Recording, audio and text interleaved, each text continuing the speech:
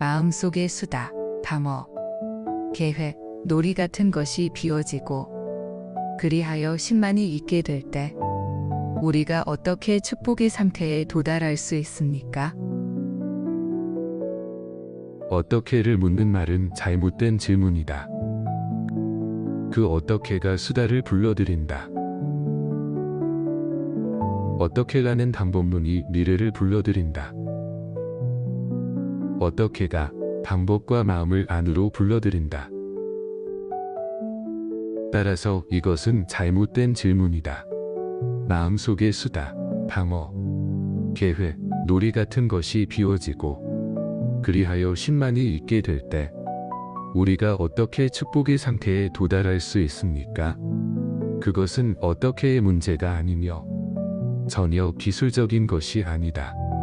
명상은 기술이 아니다.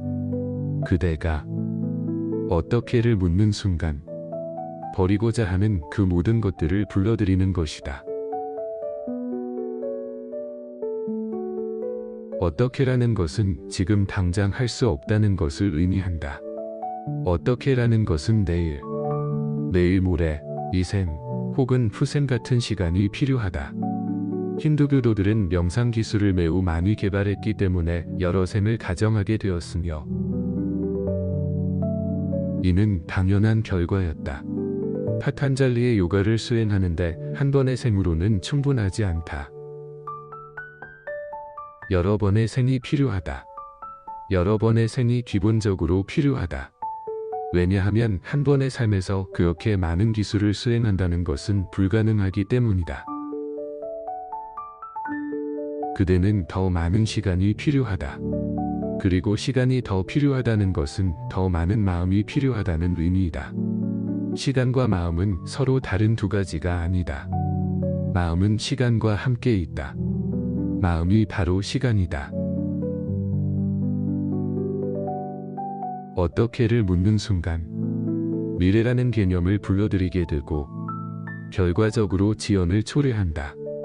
어떻게를 묻는다는 것은 이런 의미이다. 지금은 할 수 없다. 먼저 준비하고 훈련을 받고 요령을 배운 다음에 하겠다. 그런데 누가 무엇을 한다는 것인가? 누가 이 어떻게를 훈련을 받는다는 것인가? 바로 마음 자체가 훈련받는 것이다. 마음이 능숙해지고 효율적으로 변할 것이다. 마음이 너무 효율적으로 변해 심지어 무심의 상태가 도래했다고 가정할 수도 있다. 마음은 침묵을 잘 다룰 줄 안다. 그리고 그것이 바로 삼배라고 그대를 속일 수 있다. 어떤 기술로 불러들인 침묵. 그러한 기술은 여러 가지가 있다. 화학적인 기술로 약물을 이용할 수도 있고 생리학적인 기술로 호르몬 조절을 이용할 수도 있으며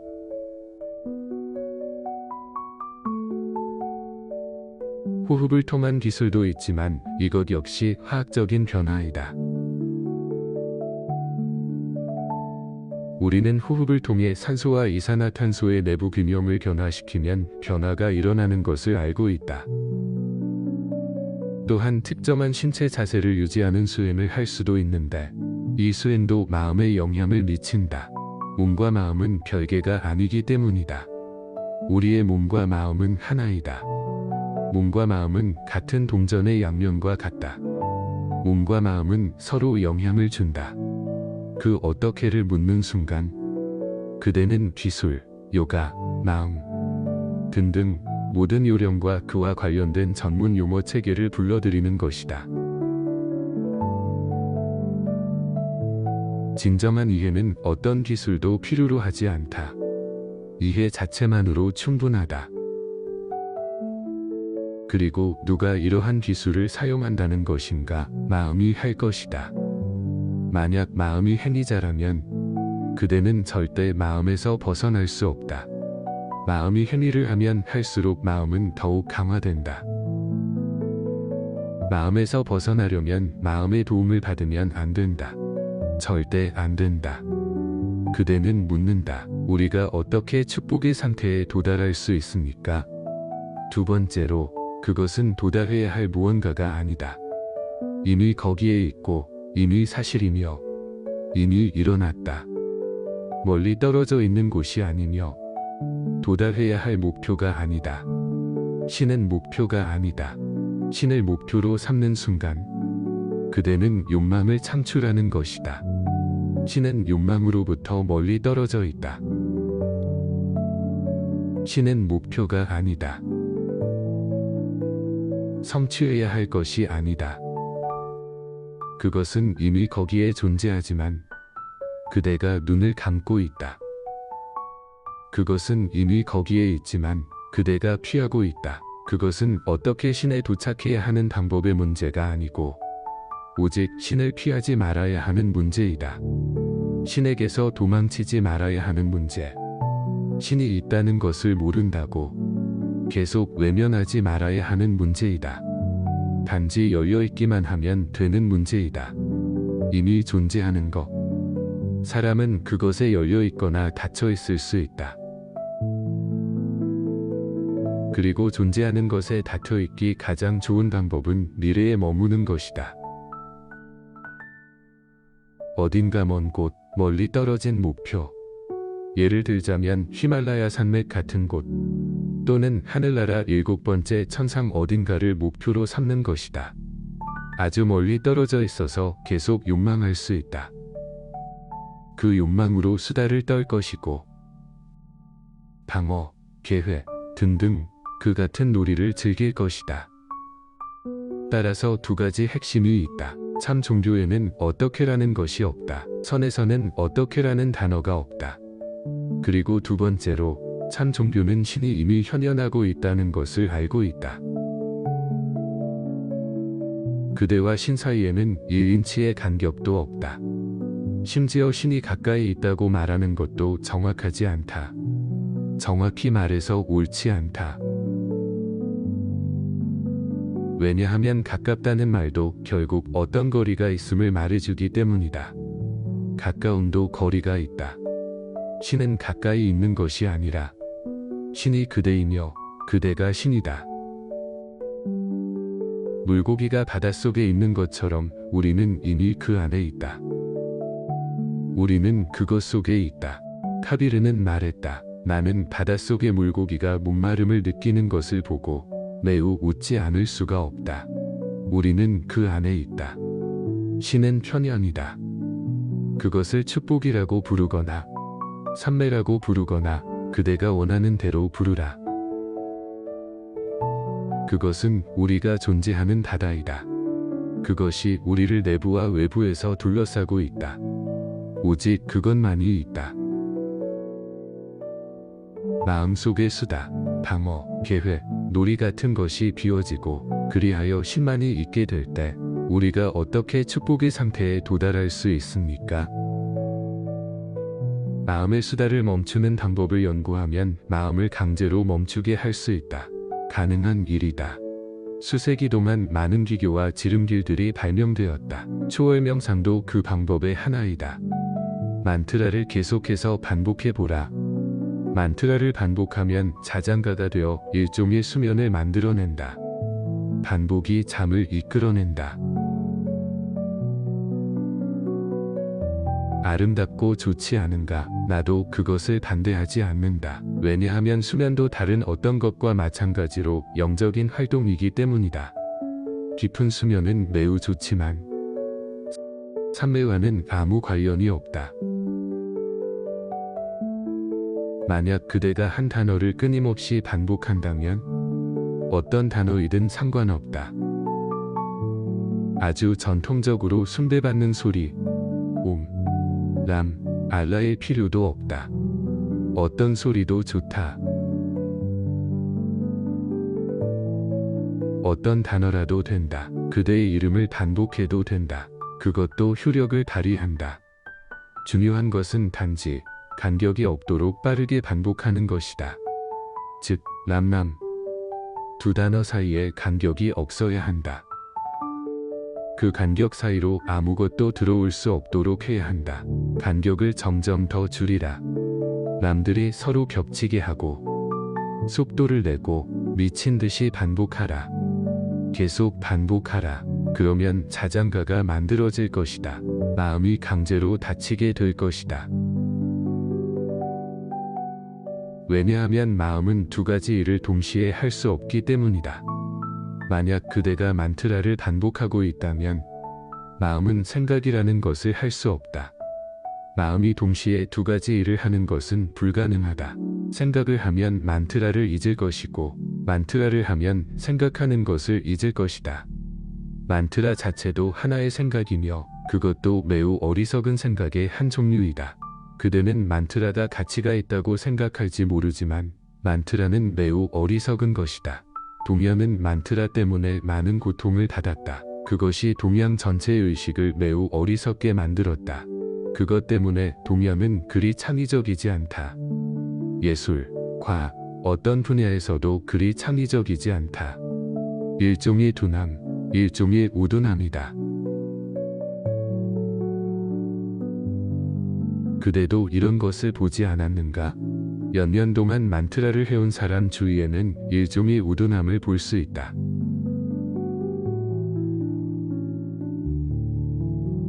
인도를 돌아다니면 그저 어리석은 많은 마하트마들을 쉽게 볼 수 있다. 그런데 그들의 어리석음이 숭배받는다.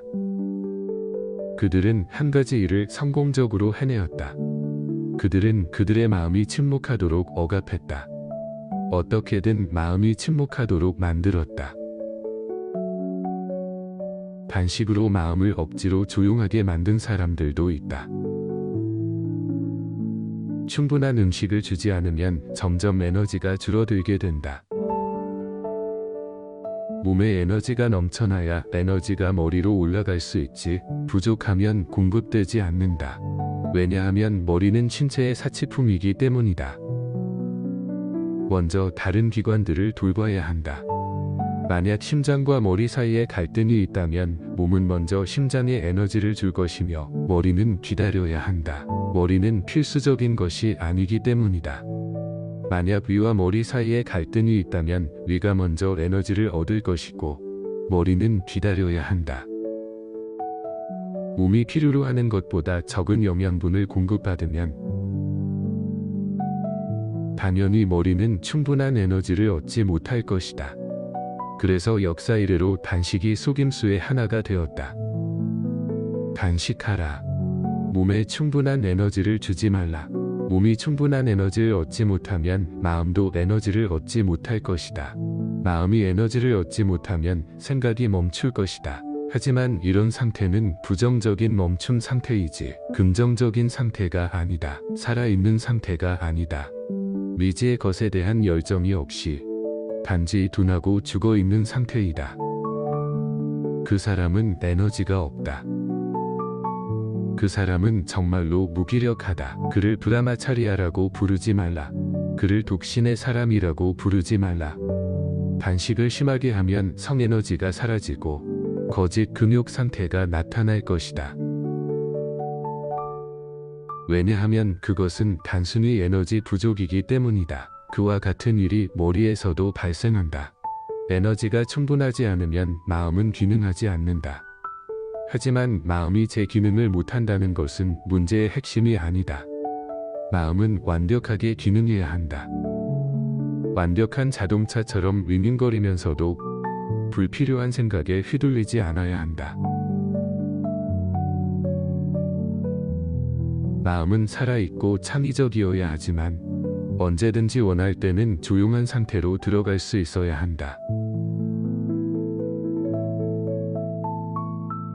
그것이 완숙한 경지이다. 생각하고 싶을 때는 생각할 수 있어야 하고 생각하고 싶지 않을 때는 무념의 상태로 들어갈 수 있어야 한다. 진정한 스승은 둘 다 할 수 있는 사람이다. 세상에는 두 종류의 노예가 있다. 무념 상태에 들어갈 수 없는 평범한 사람. 끊임없이 생각하는 그는 마음의 노예이다. 그리고 강제로 마음이 생각하지 못하게 하는 사람도 있다. 그들은 마음에서 에너지, 생명력, 기회, 도전, 투쟁을 강제로 빼앗아 마음의 모든 가능성을 제거해 버린다. 하지만 그 사람은 생각이란 것을 할 수 없다. 어떤 상황이 발생하면 그는 그저 멍청해질 것이다. 나는 이 멍청함에 찬성하지 않는다. 그럼 어떻게 해야 하는가? 내 전체적인 접근 방식은 기술적인 것이 아니다. 그대는 끊임없이 짓거리는 마음을 관찰해야 한다. 그것을 멈추기 위해 서두르지 말고 그냥 관찰하라. 거기에 있는 모든 담어 기제를, 마음이 발휘하는 담어 기제를 관찰하라. 판단하지 말고 필요하지 않다고 말하지 말라. 그 놀이를 멈추지 말라. 계속하라. 하지만 점점 더 주의 있게 관찰하라. 자신에게 일어나는 모든 일, 내부와 외부를 계속해서 지켜보는 새로운 의식을 가져오라. 게임을 하고 있는가? 하라.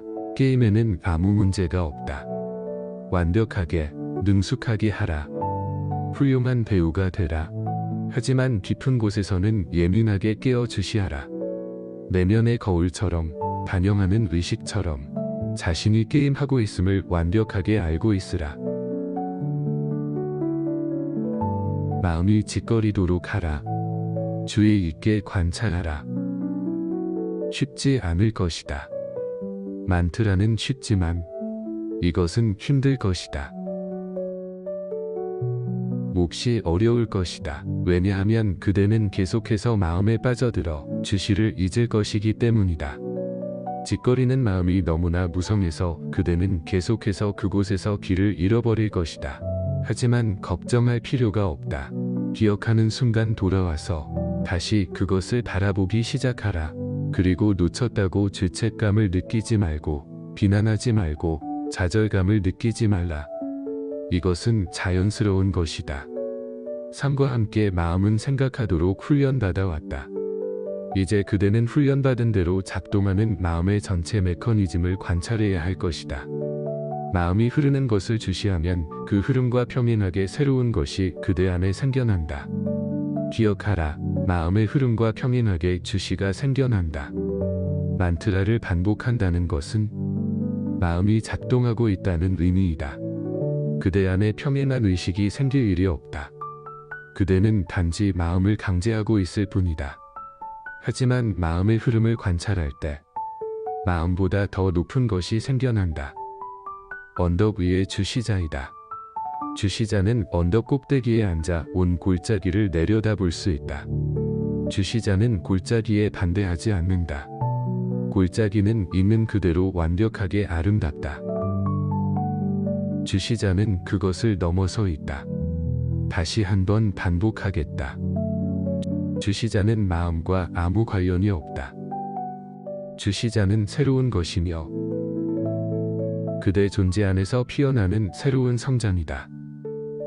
그것은 강제로 멈춘 마음도 아니며 가만히 있도록 훈련된 마음도 아니다.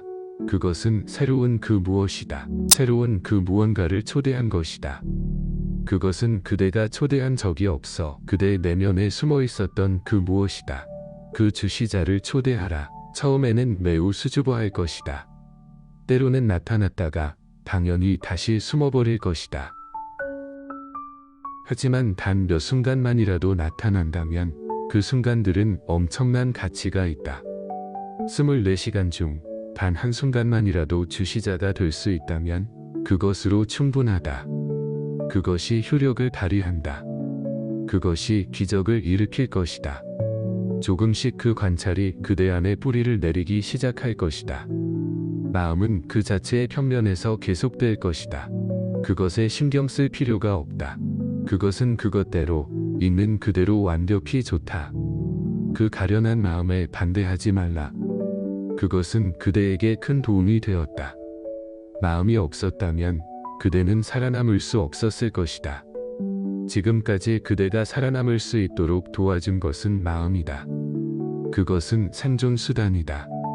동양, 특히 인도에서는 몹시 추악한 것들을 볼 수 있다. 바로 빈곤과 귀하이다. 그 이유를 모르겠는가? 인도는 마음을 반대했다. 그것도 너무 심하게 반대했으며 마음을 매우 접대시했다. 그리고 그 최종 결과는 추악한 사회, 굶주리는 사람들, 그리고 가난이다. 이렇게 되어서는 안 된다. 그렇게 할 필요가 없다. 마음을 이용할 줄 알아야 한다. 마음은 신의 복잡한 신비 중 하나이다. 나는 그 어떤 것에도 반대하지 않으며 마음조차도 반대하지 않는다. 마음은 마음의 방식대로 이용되어야 하며 마음은 마음만의 차원을 가지고 있다. 하지만 그대는 그것을 넘어서 성장해야 한다. 그대는 그대 안에 있는 마음보다 더 높은 것을 찾아야 한다. 그리고 그 차원에 앉아서 거기에서 마음을 주시해야 한다. 이제 그대는 위대한 주인이 된다. 새들의 노랫소리만을 듣고 싶고 마음의 짓거림은 듣고 싶지 않아. 마음을 멈추게 하고 싶을 때 단순히 마음에 이렇게 말하면 된다. 조용히 하렴. 충분히 말했어. 이제 그만해. 그러면 마음은 멈추게 된다. 지금 당장은 내 말을 이해하기 어려울 것이다. 그러나 정확히 그런 시기다. 그대가 단순히 멈춰 라고 말하면 마음은 사라진다. 그대가 그만 이라고 말만 하면 마음은 멈춘다. 주인이 등장했고 하인은 그의 말을 따른다. 하인과 싸우지 말고 주인을 불러내라. 주인의 존재 자체만으로 하인은 즉시 조용해진다. 주시가 주인이다. 주시를 호출하라. 주시를 초대하라. 주시를 찾아라. 그대 내면에 있는 주시를 발견하라. 마음과 너무 많이 얽히지 말라. 마음과 얽히면 그대의 모든 에너지가 그 싸움에 휘말릴 것이고 내면은 끊임없는 전쟁터가 될 것이다. 내면에서 자기 자신과 갈등이 일어날 때 그 갈등의 원인이 섹스일 수도 있고 사념일 수도 있지만 그러한 내전 상태가 바로 조현증이다. 그대는 둘로 나뉜다. 그리고 끊임없이 자신과 전쟁을 벌이며 에너지를 낭비하고 있다.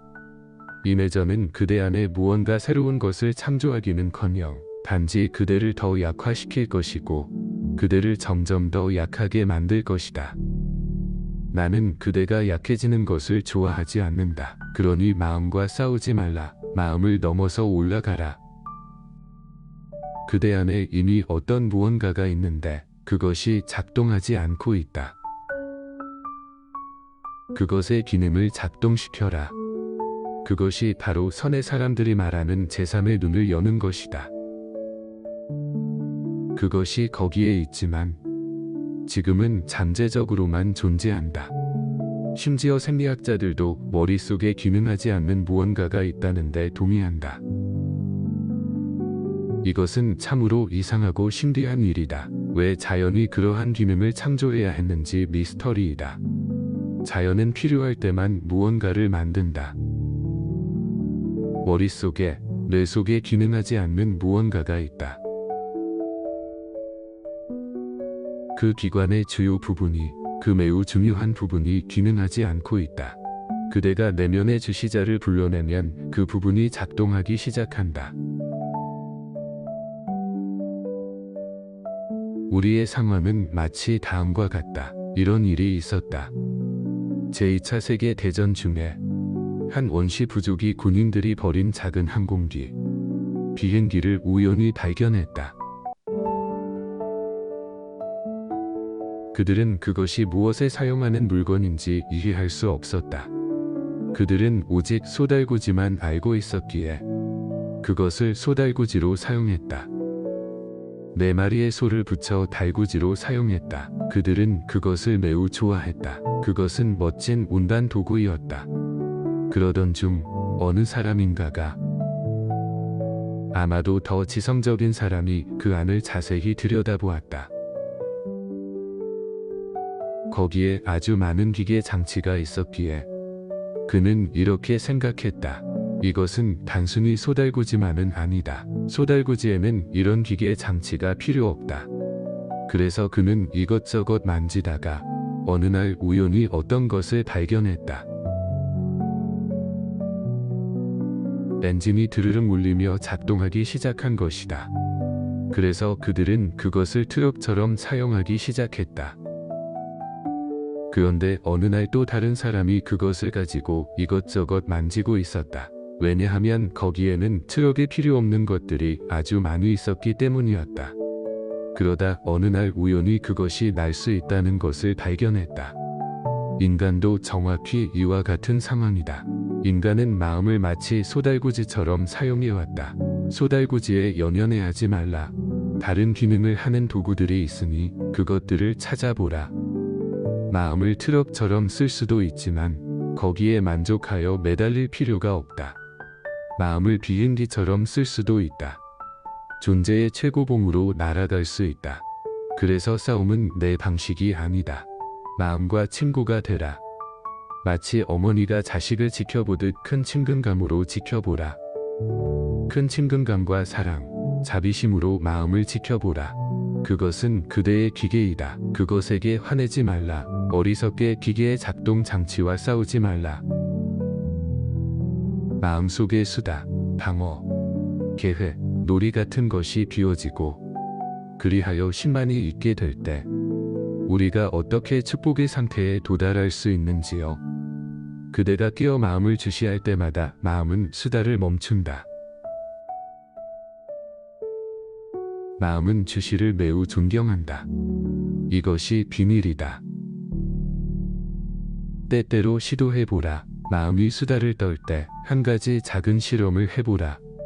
마음이 수다를 떨면 잠에 들 수도 없고 아무것도 할 수 없다. 마치 미친 개처럼 계속 달려간다.